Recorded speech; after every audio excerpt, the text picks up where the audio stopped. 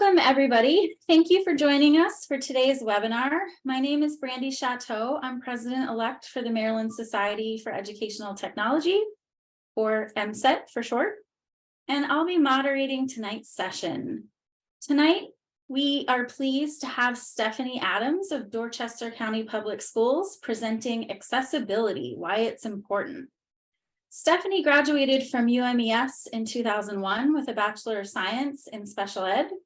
She received her Master's of Education degree in 2008 from Salisbury, and she began teaching special ed in Dorchester County. She taught special ed for a total of 9 years, followed by technology education at a pre-K through 8 school. And in 2013, she began her current position as an ed tech coach. This is her 10th year in that position. As a coach, she helps teachers with integrating ed tech tools such as Schoology, PowerSchool, Office 365, Google Workspace for Education, and so much more. And in addition to those duties, she's also the webmaster for Dorchester County Public Schools. So we're really excited to have her today. Just a few housekeeping notes before we get started. We are in webinar mode, so you won't be able to unmute yourself. But if you have any questions during the presentation, you can type them into the chat box. I'll be monitoring the chat, and so I'll bring them up during the presentation. And we'll also have some time for questions at the end. So now, without further ado, we're going to turn the show over to Stephanie. Stephanie, the floor is yours. Thank you, Brandy. Hi, everybody. Thank you for joining me at 8 o'clock at night. It is a pleasure.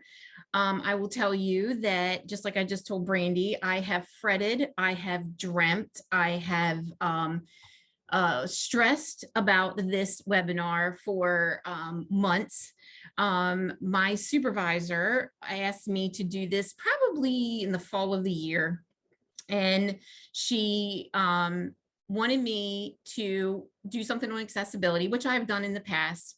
And she says that Brian Cook, who I've worked with in the past, the president of MSET, he wanted me to make it interesting. He needed somebody to make accessibility interesting. Okay, no pressure there. So I'm going to do my best to make the topic of accessibility interesting tonight. Hopefully you find it interesting, and all my fretting and stressing and dreaming about this webinar will be okay. Okay, so let's go ahead and get started. I'm going to share my screen. Here in a second.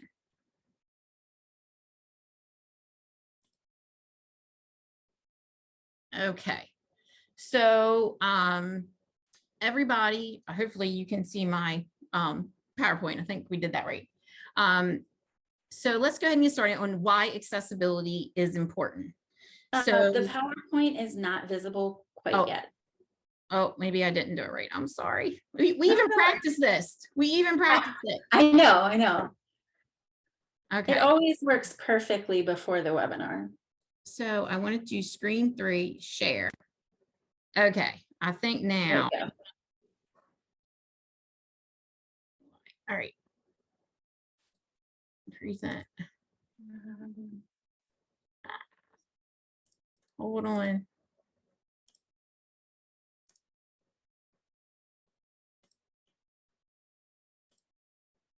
All right, hold on. Let me refresh my screen. I'm sorry. It worked perfectly. No worries.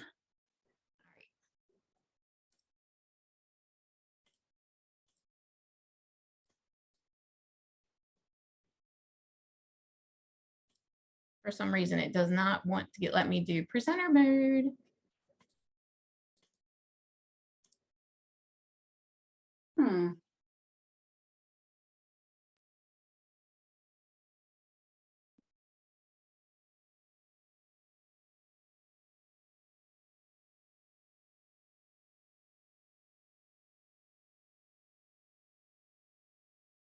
Oh, this is just a great way to start all my dreams. And this is how my dreams went.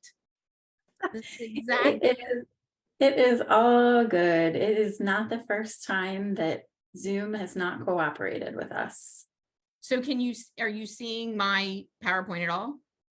Uh-huh. Yeah, I can see you're in kind of editing mode right now. I know it won't, I'm hitting present and you see that and it will not let me hit present.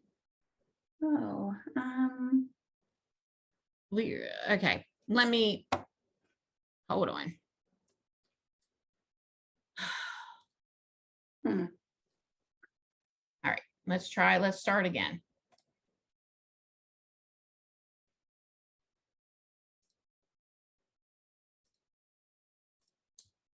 All right, I don't know why it will, I've got out of it. I have done everything.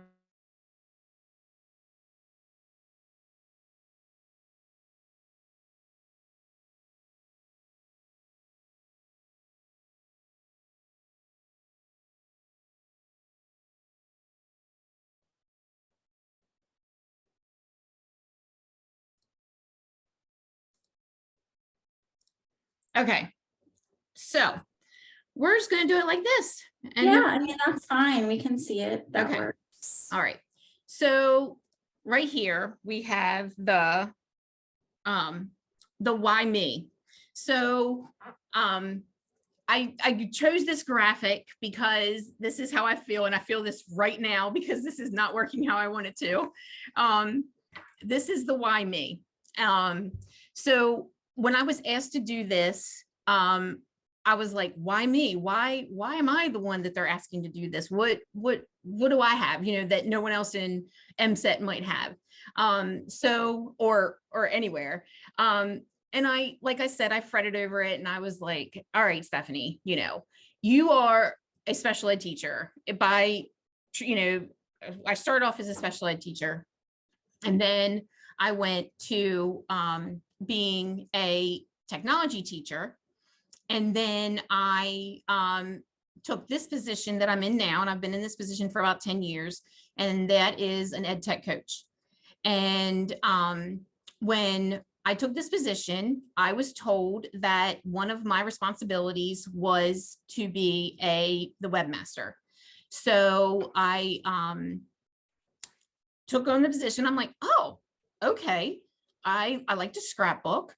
Why not? How fun would it be to take scrapbooking and put it digitally and be able to put pictures and things together? So I took that position. I took the position, and I've been the webmaster for about 10 years. So fast forward. That was let's fast forward to about 2017, 2018. I am in a PD, and it's beginning of the school year, and I'm teaching.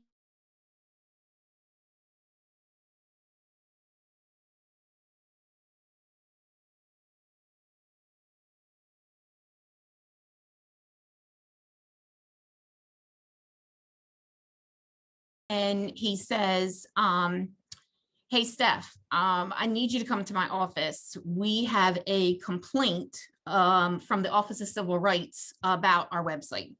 And I'm like, oh, okay.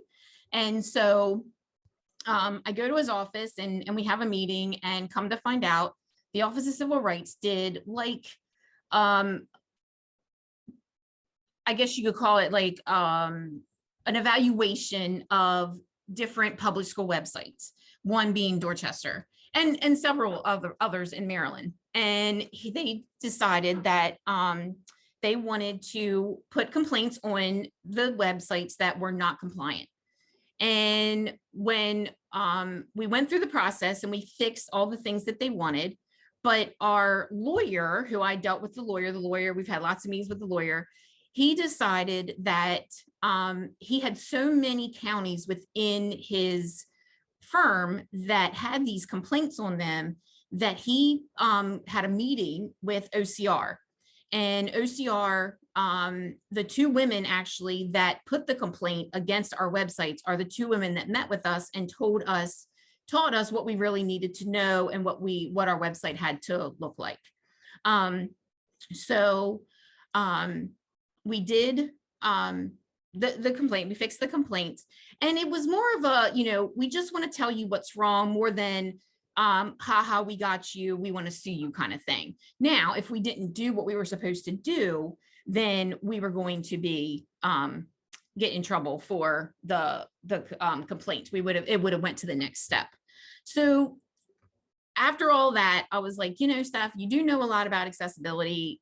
You're the person for it. Let's do this. So I felt a little bit better now, because my PowerPoint won't share or present. That's not making me real happy, but it's okay. We can roll with the punches. All right. So let's start off tonight with a definition.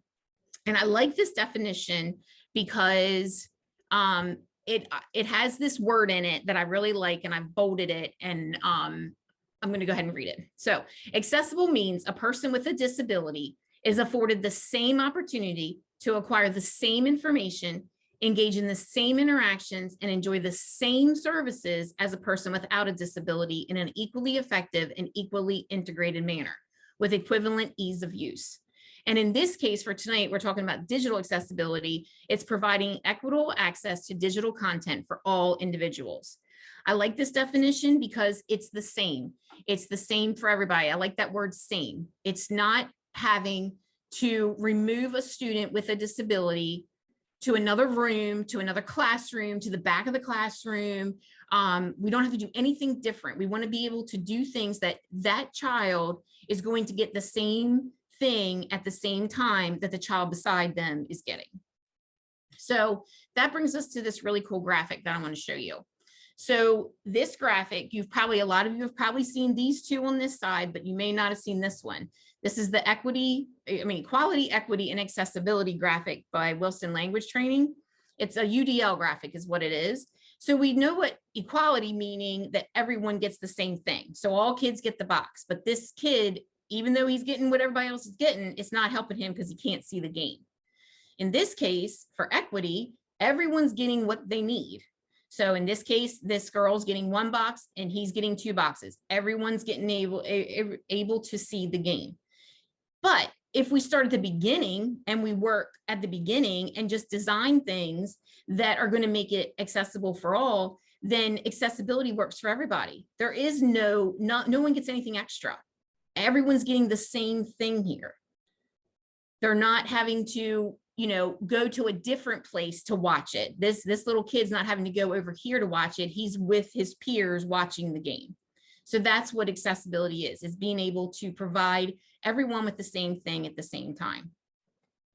I also want to show you this next graphic that I really like, and it's how we're doing this in our communities, in our cities, and our towns, and is the curb cut effect. And if you see here with the curb cut effect, curbs are being cut so that they get down to the street. This orange is where we're seeing that the curbs are being cut so that they incline down to the street easily. Well, that helps a person with a wheelchair. They can get down onto the street or up onto the sidewalk easier. Well, but when we did this for this person, it also helped the parents that have a stroller. It helped them get down to the street. They don't have to take the stroller and try to get it over the curb.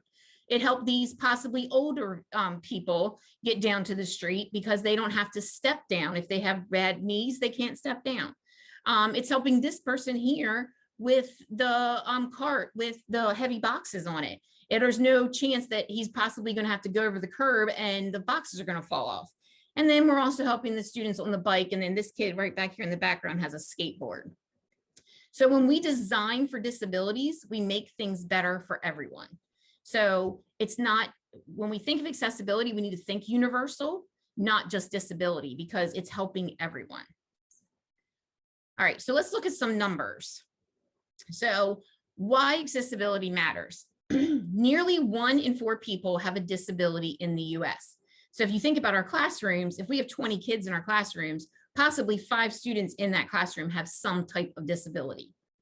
26% of the population has a disability in January of 2023.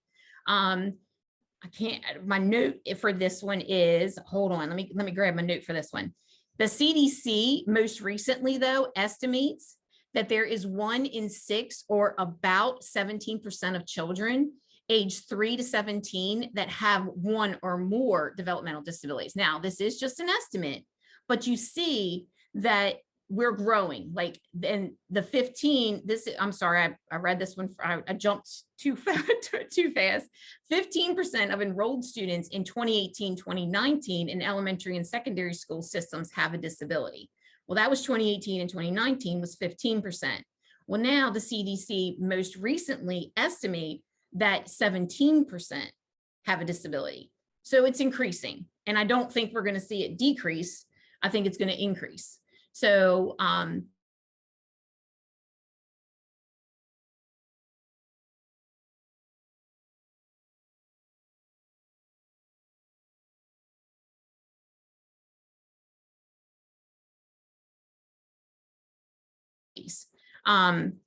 visual, there is blindness, low vision, color blindness.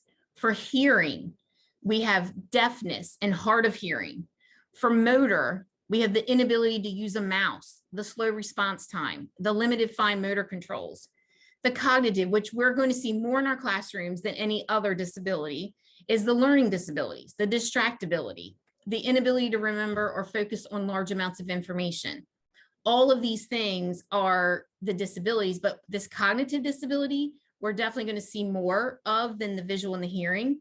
But if we are doing things for the visual and hearing, you're going to see in my presentation that it could possibly help the cognitive as well, the students with the cognitive disability. Okay, so now, is my digital content accessible? Do I know if my digital content is accessible? Well, there's a couple things that we have to check.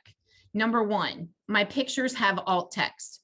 Well, alt text meaning that a screen reader is going to read the alt text for a picture. So what in that picture is important for the non-visual person to know is in that picture? That's what we want to put in the alt text. We're not looking for paragraphs. We're not looking for essays. We're not looking, for a certain amount of words. We're just looking for what is important in that picture that the person without a disability should know. Okay. Number two, my videos have captions and transcripts. Well, caption and transcripts are very important. Captions are what we see, what the visual person can see that can't hear. At the bottom of our screen, and the transcripts are what can be printed or can be read from a screen reader separately and not with the video. So if the person can't see it, then they can just use the transcript. Number three, the color contrast is readable. Well, we all know, we've been into probably PDs or of some sort, that color contrast, we can't seem to read what's up on the screen because the color contrast, or there's some kind of cutesy design behind the font that we can't see the font very well. I'm sure we've all experienced that. Number four, my documents are formatted with headings. Headings being where a screen reader reads a document by using the headings, and a person with a visual disability that uses the screen reader can tab through the information to get what they need. Like us skimming, us visual people, when we skim, we can look at the bullet, like the headings of the dark, the bolded words, and we can say, oh, this is where we need to be. Well, if we don't set our documents with the proper way with headings, then a screen reader cannot read to the visual person what the headings are. They just see them as bold words. And then number five, my hyperlink text is descriptive. That meaning you don't put on a website or in your LMS, click here. You don't use the word here and then highlight it and then put the link as the word here. You never want to do that because it's not descriptive. It doesn't let the person who can't see it know what are they clicking here for? What does here mean? So if I put PowerPoint for presentation and I take those three words and I highlight them and I make them the hyperlink, then the person knows, oh, if I want to see the PowerPoint for the presentation, then that's what I click on and it's going to take me to that. And number six is my tables have column and or row headers. That meaning that tables, we've used tables, and I've done it myself, using tables to make our stuff cute, to keep it all in one place, to keep it all in line and to make it all pretty. Well, you can't really do that with a screen reader, because they need to know what this table is for, like the heading on the table, or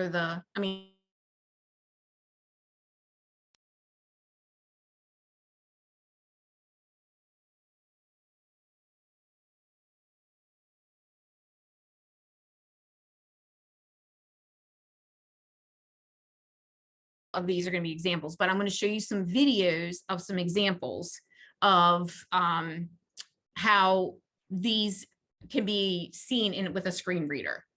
So let me click on this. Hopefully, Brandy, you have to tell me if it's. Oh, is it going to play? Yep, it looks like it. Image. Oh no, there's an image. What if that was an assignment or some kind of due date or a text box where I was supposed to put my name or something else? For people who can't see images, you need to describe them using something called alt text.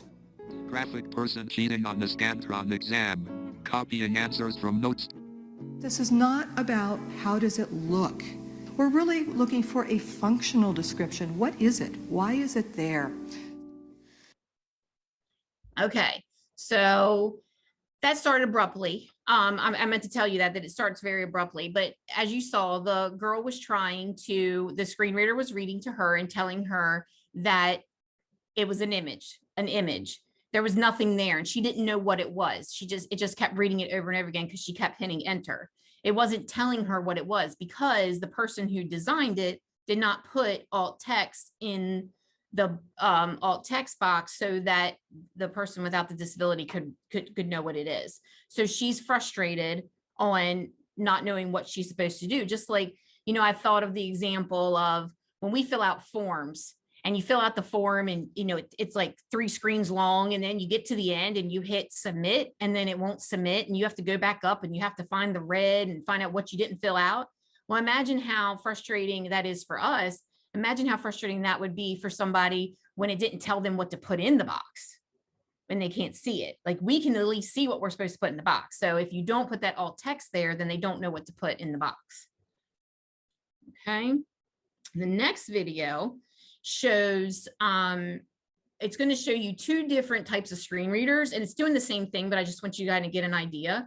And it shows you when there is no alt text compared to when there is alt text. So let's watch this one.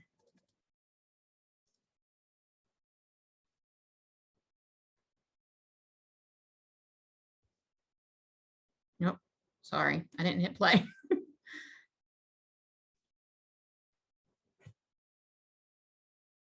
Heading level 2, image with no alt attribute. You are currently on a heading level 2. / example 1, 2, 3, JPG image. You are currently on an image. Heading level 2, image with alt text. You are currently on a heading level 2. A small dog running across a grassy field, mouth open, ready to catch a tennis ball image. You are currently on an image. Image with no alt attribute, heading 2. Example 123 image.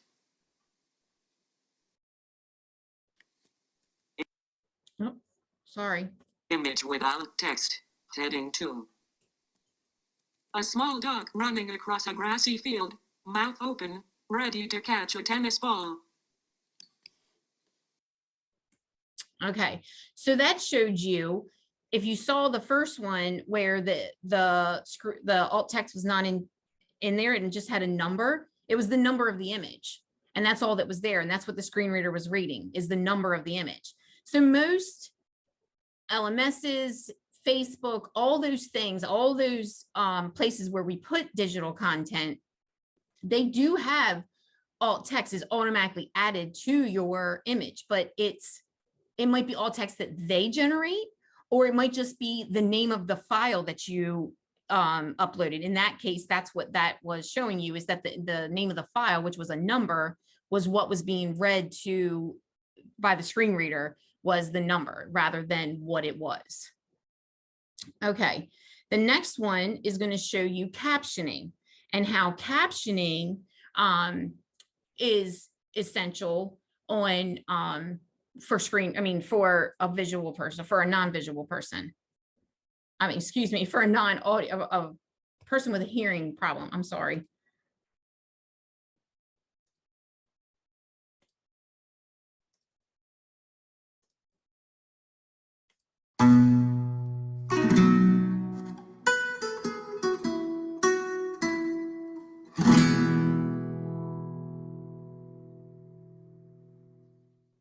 If you're like me, you don't know American Sign Language. And, as a result, you probably don't know what's being said in this video clip of people signing to each other. It was completely inaccessible to you, to me, and to anyone else who doesn't know ASL. If there were captions available, they'd allow us to perceive the content. And even if you did know ASL, you still might simply prefer to read the words on screen if you had a choice. The same principles apply to captioning your videos. Some people can't perceive your content without them, and others might just learn better if they have the choice to use them, given their learning preferences. With this in mind, including captions with your media is one of the fundamental steps that helps ensure that your media is accessible to all your viewers. In addition to assisting the hearing impaired, captioning also benefits visual learners and viewers for whom English is not their primary language. It even improves your search engine optimization. In order for captions to have any benefits, though, they need to accurately reflect what you're saying. Machine captions, also known as automatic speech recognition, or ASR, are only about 70% correct on average. And while that's a good start on the road to accessibility, with 1 out of every 3 words being wrong or missing, those captions should really be edited for accuracy. Additionally, accuracy is further reduced if the subject matter is highly technical or specialized, if the speaker has an accent, or if the technology used to record the speech is poor or picks up a lot of noise in the background. Let's look at an example of a video with poor audio and unedited captions. Cognitive load theory suggests that there are 3 types of working memory resources that we use when learning. Intrinsic load is related to the inherent difficulty of the subject. Germane load is the effort involved in actually learning the material, how our brains can get into existing knowledge structures and build ones. Extraneous load arises from materials that we can't. Now, let's say I gave you a quiz just on this brief lesson. For example, what was the overall topic? What's germane load? If you're not able to perceive the audio and the captions are inaccurate, you're out of luck. While captions display typically at the bottom of the video player, you can also separately offer a transcript. A transcript is a pure, unedited text document of the spoken words. It's important to offer this to your viewers, especially for audio-only files where captions might not be possible because of the design of the player. Now, pre-recorded media is not the only content that needs to be. Okay, so how awful was that video? Like, you couldn't understand it. The hearing person couldn't understand it. The visual person, the captions were all wrong. So that video was horrible. So that is a great example of why we need to make sure that our captions are correct when we edit, or when we're captioning videos. We need to make sure that we're editing. Okay. All right. And the last one for this, I want to show you how headings are important. And this is going to show you what not to do, or what is when it's not when they're not done correctly, and then how when they are done correctly.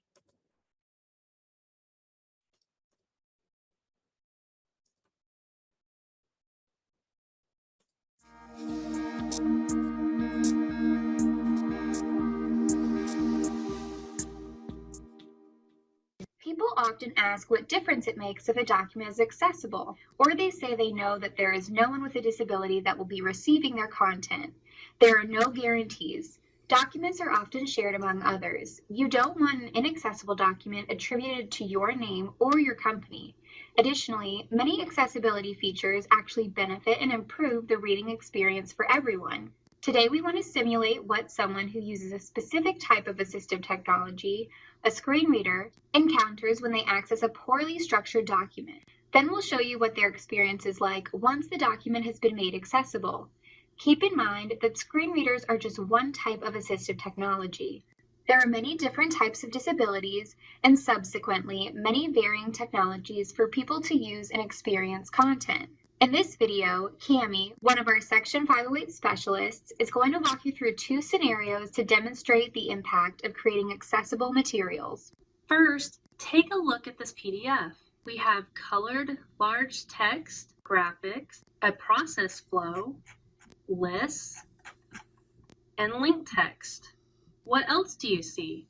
Now we're going to simulate using a screen reader by covering up the document. This is how someone using a screen reader would experience it. Interacting with kids. Kids can be of any age. Sing a song. All the king's horses and all the king's men could put Humpty together again. Humpty Dumpty sat on the wall. Humpty Dumpty had a great fall semicolon. Have a treat. Select a graphic item. Bullet French graphic fries. Bullet ice graphic cream. Enjoy the graphic flavor. Travel to graphic McDonald's. Activities and play. Try some of these : play a board game. Make a paper plate mask. Go to the park. Send us an email to get more great ideas. Graphiclogo.jpg. Was that what you expected to hear? Was all the content read? Clearly, this page was not created in an accessible manner. Now let's listen to how the screen reader interprets the content now that we've remediated the document. Graphic ABC interactive logo. Heading level 1 interacting with kids. Kids can be of any age. Heading level 2 sing a song. Humpty Dumpty sat on the wall. Humpty Dumpty had a great fall semicolon. All the king's horses and all the king's men could put Humpty together again. Heading level 2 have a treat. Graphic acquiring the treat process. See next page for full description. Heading level 2 activities and play. Try some of these : list of 3 items. Start bullet, play a board game. Start bullet, make a paper plate mask. Start bullet, go to the park. List end. Send us a link email to get more great ideas. You should have noticed that the screen reader said heading before the colored phrases. The graphic had a meaningful description and was read in the proper order at the top of the page. The column content was read in the proper order. There was a list that included the number of total items. A link was indicated so that we can activate it with the keyboard. And our process flow had a brief description but indicated that there's a long description available. So that you can review one method of handling complex graphics, we're going to show you one example of how to handle the graphic in this document. Heading level 2 acquiring the treat process. List of 3 items. 1. Travel to McDonald's. 2. Select an item. List of 2 items. Nesting level 1. A French fries. B. Ice cream. List end. Nesting level 1. 3. Enjoy the flavor. A numbered list structure was used to show order, and a sublist helps identify the hierarchy of the content. Hopefully you can see how important it is to structure your content. This kind of structure can be applied to all Office documents and PDFs. Moving along to the next scenario, we also want to show you. All right. Okay. So I wanted to show you, Diane, thank you so much for clarifying that. It's good to know that it's 90%. I really wasn't, didn't want to really stress that of the video, part of the video. What I wanted to stress was how bad that the captioning was in that video. So, but thank you for clarifying. Oh, thank you, Diane. Thank you. Makes me feel better now knowing that everything else is not working here for me tonight. All right. So showing that showed how a screen reader reads a text document without headings. It's kind of like all jumbled up. And then if you do the headings, then the headings make it so that a screen reader can organize it in a way that a person with a visual disability can get the information that they need. Okay, now what we're going to do is we're going to play a quick Kahoot, and hopefully I can find that and get that up. let's see. Let me drag this over here. Let's hit start. If everyone can go to Kahoot it, Kahoot.it. I also had, hold on. Let me see.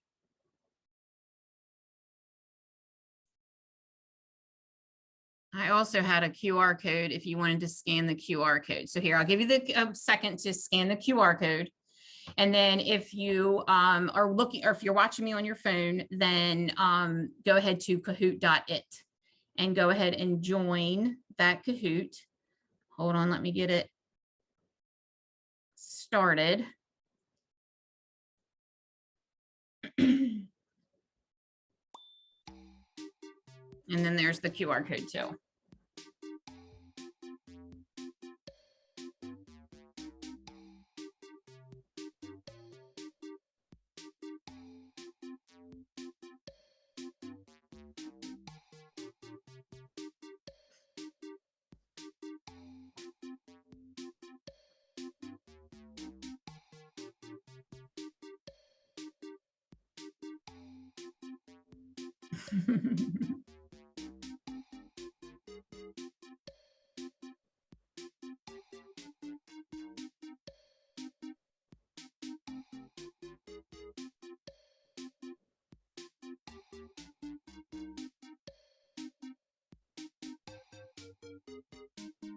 Okay, give it a couple more seconds to get to start.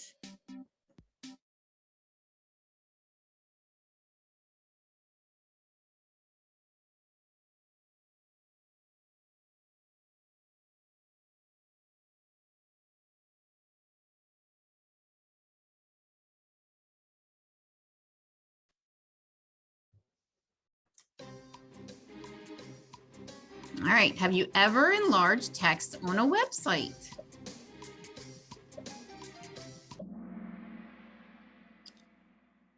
Great, I'm glad to hear that 6 of you have enlarged text on a website. I mean, who hasn't used that little, you know, we all love this little motion with our fingers that will do so many things on our phone that allow us to find, you know, font that or words that are too small that we have to zoom into to see.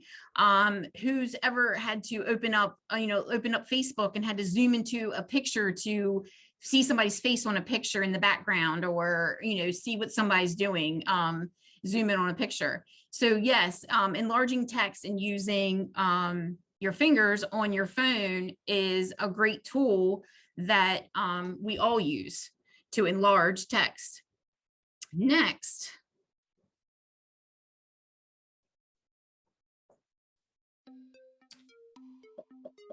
Have you ever turned on closed captioning of a video?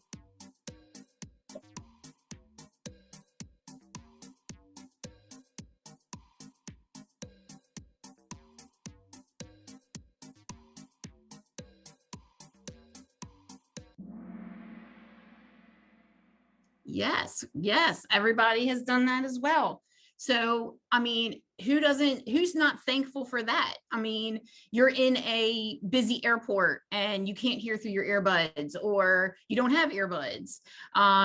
What about for, you know, you're in a meeting and you want to watch it, you know, you need something to watch a video or something on your phone, and you can watch that. Any other example? I see lots of chats coming up. Jeff says, I wouldn't understand half the shows I watch on Netflix without it. Yes, you're right. Yes, British accent. It's so funny you say that, Diane, because when I was looking for videos to share, there is this one that if it wasn't for the captioning, I wouldn't understand a word that they were saying. Of Hamilton and the songs. Yes, great examples. So lots of examples on how we, as visual people without disabilities, have used closed captioning for our own good. All right, next.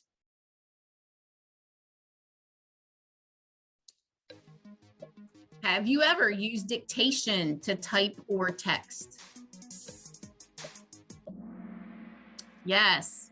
So who's not thankful for this? And I'm guilty. I'm guilty of using this when I'm driving. I know I shouldn't. Don't send the police, but yes, I'm guilty of this. I've done this when I'm driving. I've done it when I am just too lazy and don't want to type it all out and just use it. I understand Siri is is your secretary. We use it, you know, thank goodness for Siri and Google and Alexa for doing lots of things for us. So these three things that I've just asked you that we've all answered yes to are all things that were developed for a person with a disability, and we are benefiting from them. And I don't, and one of you may have a disability, but I'm saying for the people without a disability, it's benefiting all of us. It's not just benefiting those with a disability. All right, next question. True or false? Teachers are aware of all the disabilities the students have that are present within their classroom.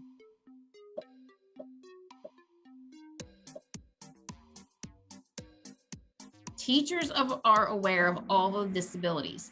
That is correct. I'm glad to see that we chose false there, because we don't know.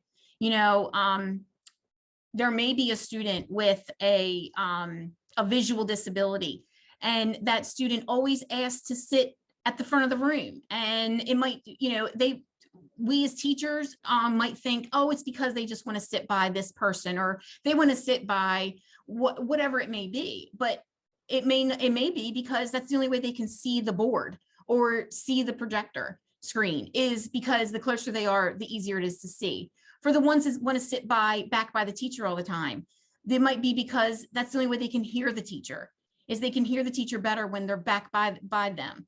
So we don't know. And sometimes students have a hard time telling us that they have these problems. Like, they know that when they sit by the teacher, they can hear better, but they can't tell us that, especially the little ones, they can't tell us, I can hear better when I sit beside you.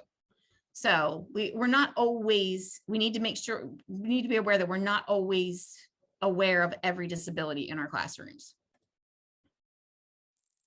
All right, scoreboard. Jeff, you must be really fast. All right, true or false? I only need to worry about accessibility when I have an identified student with a disability in my classroom. Correct.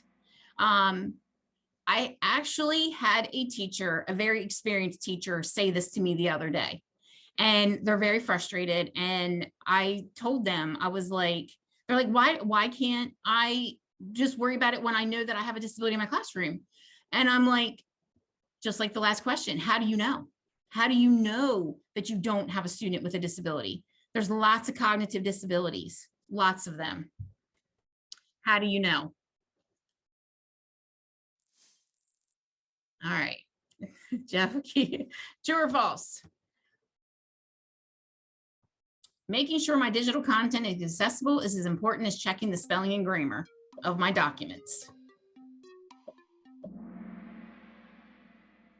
Yes. We have one that's false. So no, it is important. We need to making sure that digital content is important, that we need to make sure that our stuff is accessible as spelling and grammar. It's something we should be doing. All right. True or false? Accessibility helps people without disabilities. Accessibility helps people without disabilities.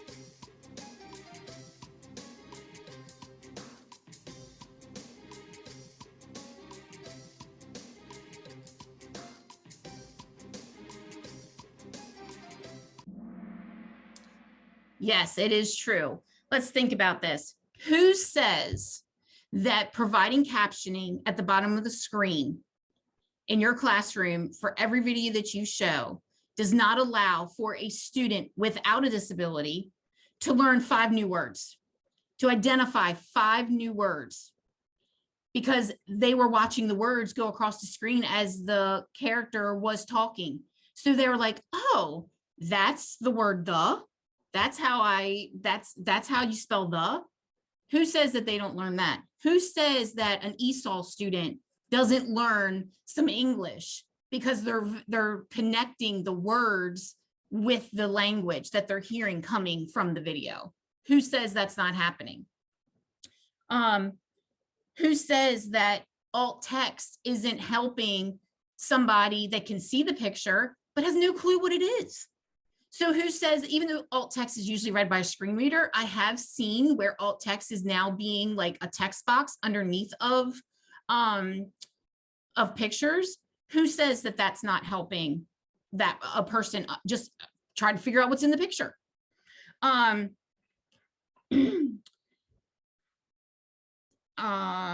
just reading over my notes real quick.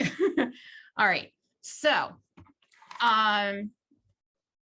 let me tell you about captioning real quick, though. I want to make sure that, I knew I was like, I'm ahead of myself. I'm sorry, 8 of 8. I only use online tools that already add alt text and captioning, so I'm good.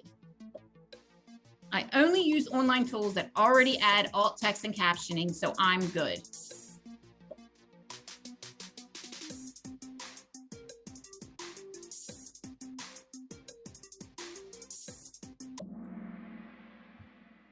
Right. And like Diane said, yes, they are 90% now, but we have to make sure that we're still editing. We're still making sure. And I'm going to tell you a funny story. When we went into COVID, when we went to lockdown, our superintendent decided that he wanted to do a video to our community.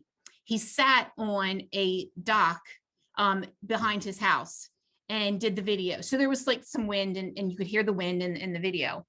And he said the words, "I am sitting on my dock." And the captioning that took place, what I was the one in charge of captioning. When I captioned it for him, whatever captioning tool I used thought that sitting was another word, like for pooping.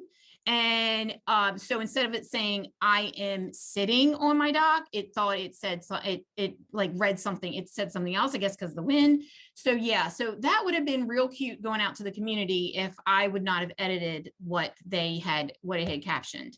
So make sure you edit. All right. Okay. So I don't think we really need to. Megan, LK, and I think it's Jeff. And there's Jeff. Okay, so let me X out of that. All right, now, real quick, because we're running out of time. I thought I was gonna like have all kinds of extra time. So real quick, let's show you some examples. And in the chat, I want you to tell me what you think is wrong with this image that I've showed you. So this is a Facebook post. It says Healthy Heart Spirit Week is next week. And then it has the flyer. Can somebody real quick tell me what's wrong with that? Right, there is poor contrast. Anybody else? So in this case, this is a picture of a flyer. They put the picture up here and they put their only comment is Heart Healthy Spirit Week is next week. Well, the problem is that a screen reader cannot read this picture. So the person cannot see what they're supposed to wear on these days or what they're supposed to do on these days because all it tells them is it's next week. So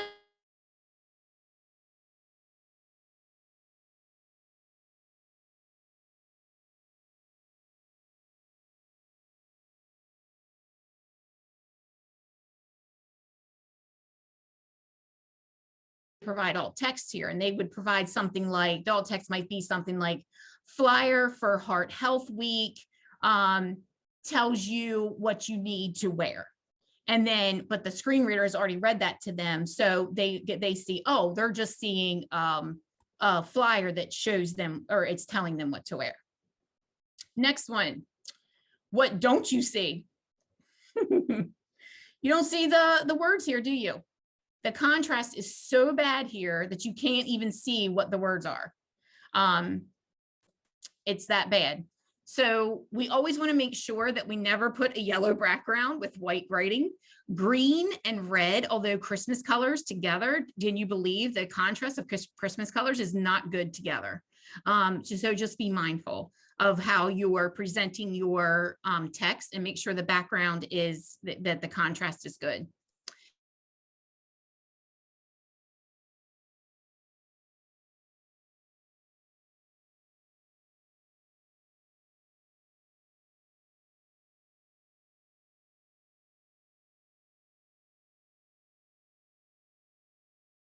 To make sure that there's like, it's all this stuff in the background you have to do. There's tagging, and you have to make sure that the screen reader would read it in the order that you want it to. Very, yes, Diane, very inaccessible. As cute as it is, I know it's cute, and I know infographics are cute, and I know that, you know, everyone wants to use them. We have somebody in our county that is like the queen of infographics, but I do not put them on our website because they are not accessible. Now, if she takes every bit of information out of it and she gives it to me and I can write it in the document, in like a document that a screen reader can read, then I will put this as the picture and I will put the alt text as an infographic with the information. But an infographic by itself is not accessible. Now on this is Microsoft Word. I want to show you this real quick. Microsoft Word does a really good job of giving you the tools that you need to make things accessible. If you use this right here, and a lot of people think, man, I've never even paid attention to that. I know it's there, but I didn't know what it's for. So I just leave it. I just like ignore it. Well, this is accessibility right here. This is accessibility. This is making your headings 1 and 2, your title, and then that way a screen reader can read it correctly. Then we have, this is my pet peeve. This is what I'm getting ready to show you is my biggest pet peeve, is a QR code. This is a Facebook page. Why in the world would we put a QR code on a Facebook page? Because 90% of us, probably even maybe a little higher than that, use our phone when we are looking at social media, right? Most likely you're using your phone when you're looking at social media. How in the world am I supposed to scan a QR code when I'm using my one device? Does everyone have a second device they pull out of their back pocket and can scan it? No, there's no reason for a QR code to be on social media. Okay. And this one is even worse because this particular school put a QR code up there with the link. Great. You put the link up there. Beautiful. But guess what?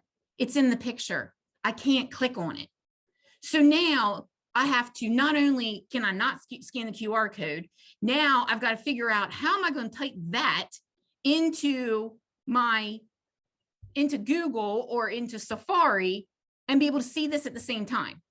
So how they could have made this accessible, all they needed to do was take that link, copy and paste it into right behind available and put that link right there, and then it would be easy. So that's even for the visual people. That's like, you know, something you don't want to do because it's not accessible. All right. So I'm going to end tonight with a video that I think is really cool because us in the educational world, we're hearing all about, you know, accessibility. Accessibility is becoming very important, as it should be, but it's coming in the construction world. It's coming in the entertainment world. And I wanted to show you this on how MasterCard is using accessibility to an advantage for them.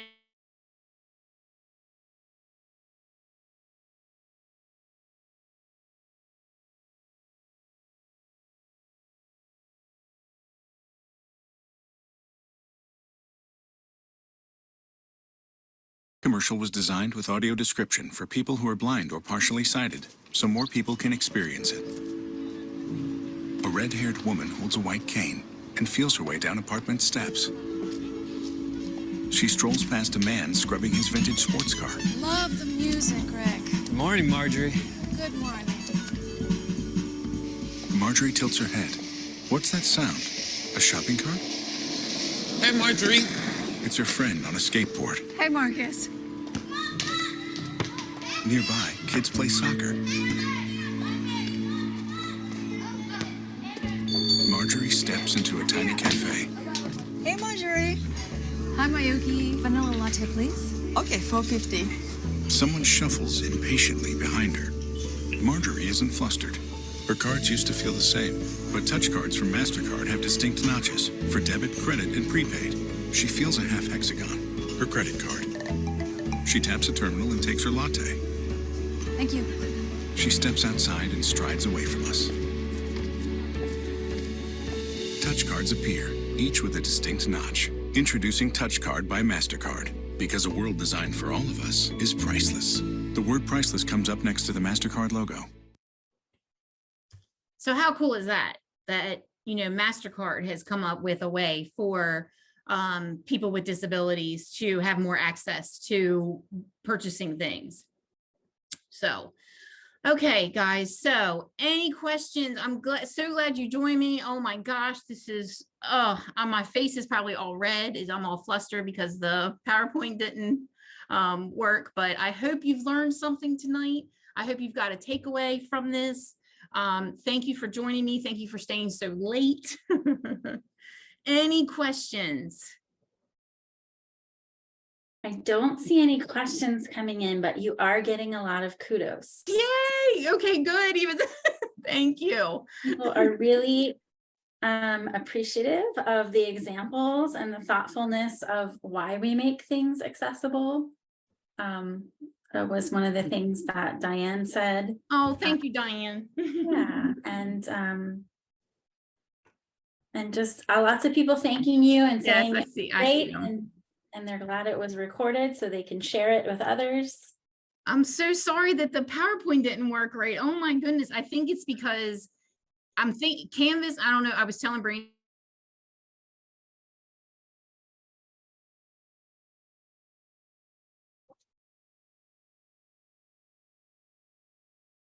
Yes, Canvas is different, Diane. I agree.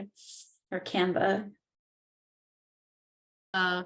Like our practice thing, and then when she hit record, it like did something and wouldn't let me present anymore. So I don't know.